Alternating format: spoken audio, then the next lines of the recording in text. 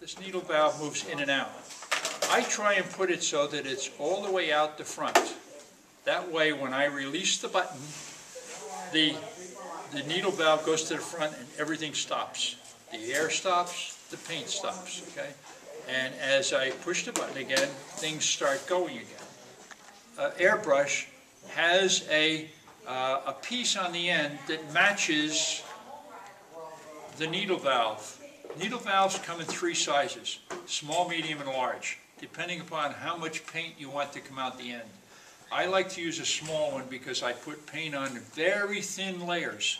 Very thin, just about put it on. That way I don't have any runs, I don't have any blotches or anything like that on them, okay?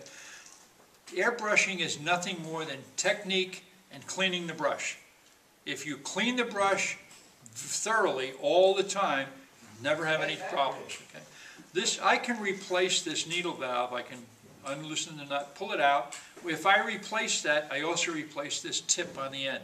The two are ways you're going to paint this. Very thin coats. Remember, you're going thin. You're going to spray from this angle first, like this. Watch, see the end of the brush? It's got to remain the same distance from the project all the time. All right, so I'm going to spray. I go like this. I push the button over here. It starts spitting out paint, and I go right along, and when I get to the end, I let go. So there's overspray outside the product. That way you know it's going on nice and thin.